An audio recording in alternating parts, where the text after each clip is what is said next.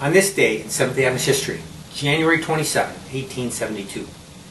In December of 1871, Ellen White was in Borderville, Vermont. On the 10th of that month, she had had a vision.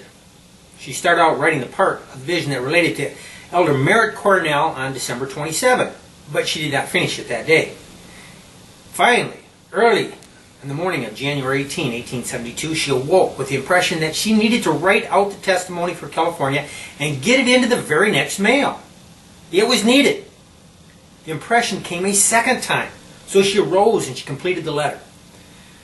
But before breakfast, she gave that letter to her son Willie, saying, "Take this letter to the post office, but do not put it in the drop box. Hand it to the postmaster and have him put it in the mail bag that goes out early in the morning." Our story now heads out to California. Elders John Loughborough and Merritt Cornell are holding tent evangelistic meetings in San Francisco. During these meetings, Elder Cornell became careless in his association with a woman in the congregation. Although he claimed that he had done nothing wrong, a meeting was called for Sunday morning, January 28th at 9 a.m. The older members of the congregation were calling for censure.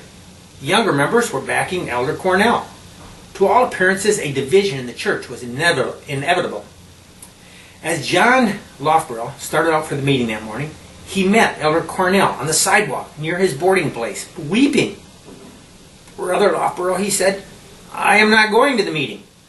"Not going to the meeting?" Loughborough asked in astonishment. "Why, that meeting relates to your case."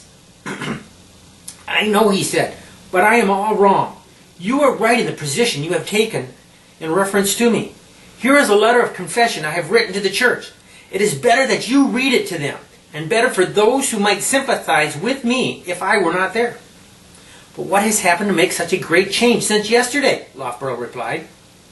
He explained, "I went to the post office last night after the Sabbath and received a letter from Mrs. White." He said, handing Loughborough the letter, "Tell the church I accept it as testimony from God and that I repent." The letter read, "I was shown, Brother Cornell, that you should be very circumspect in your deportment and in your words. You are watched by enemies. You have great weaknesses for a man that is as strong to move the crowd as you are. Separated from your wife as you are, suspicion and jealousy will frame falsehood if you give no occasion.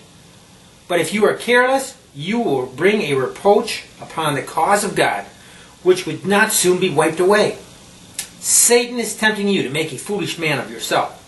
Now is your opportunity to show yourself a man, to accept the grace of God by your patience, your fortitude, and courage. Be careful how you are enticed to make women your confidants, or to allow them to make you their confidant.